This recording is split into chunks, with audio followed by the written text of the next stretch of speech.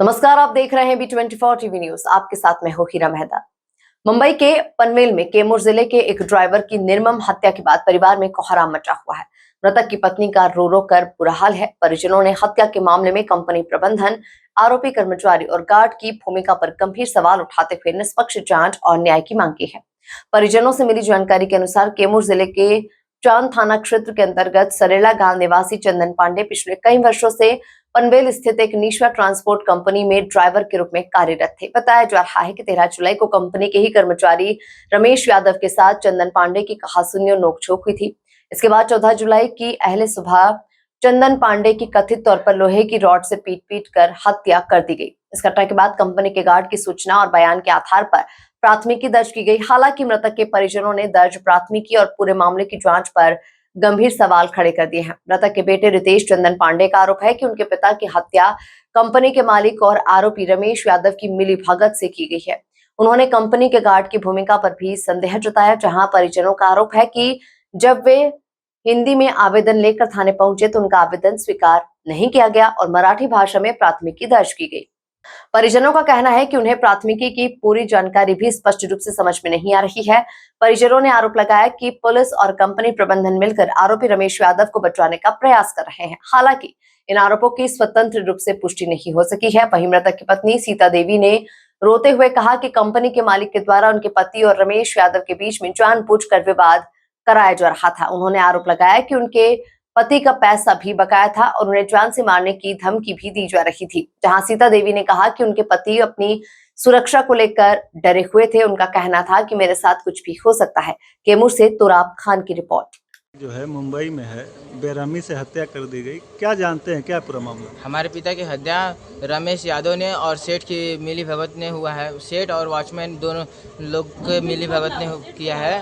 और ये लोग का रात एक दिन पहले झगड़ा हुआ था। कौन सा तारीख था जिस दिन झगड़ा हुआ? 13 तारीख को और 14 तारीख को दोपहर में हम लोगों को सेठ ने फ़ोन करके ये सब बताया था। तो हम लोग जब घटनास्थल पे पहुंचे तो बहुत ही बेरहमी से हमारे पिता का हत्या कर दिया गया था और पुलिस ने अपना रिपोर्ट खुद ही बनाया था। बाद में हम लोगों को कुछ समझ में नहीं आ रहा था, तभी हम लोग हॉस्पिटल गए, पोस्टमार्टम वगैरह करा के जब पुलिस स्टेशन पे गए तो वहाँ पे पुलिस स्टेशन पे पहले से ही FIR दर्ज किया गया था। वही FIR मराठी में लिखा गया था। मराठी थोड़ा बहुत ही समझ में आता है हमें, और वो FIR हमें मिला। आप लोग अपना हिंदी में आवेदन दिए तो पुलिस नहीं लिया?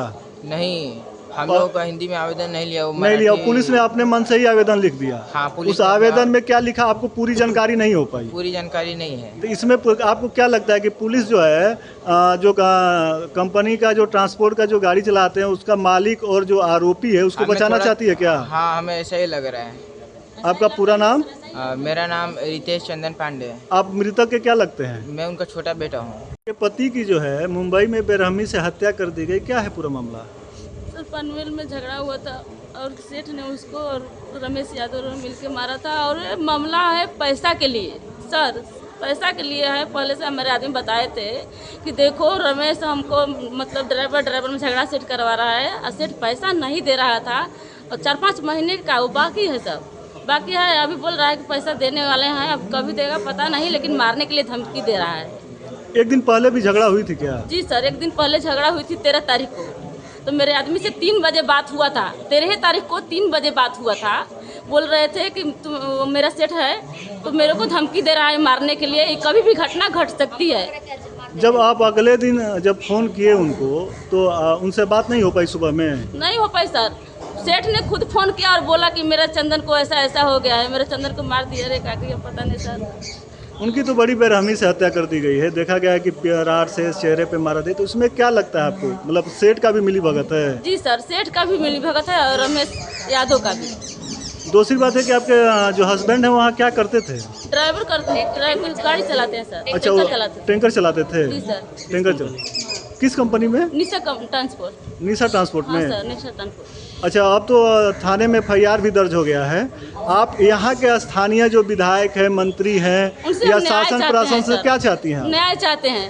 मेरे आदमी को न्याय चाहिए बस। मेरे आदमी को मर्डर हुआ है। आप चाहती हैं कि यहाँ के जो स्थानीय मंत्री हैं वो आपकी आवाज़ उठाएं? जी सर, जनता मेरा आवाज़ उठाए।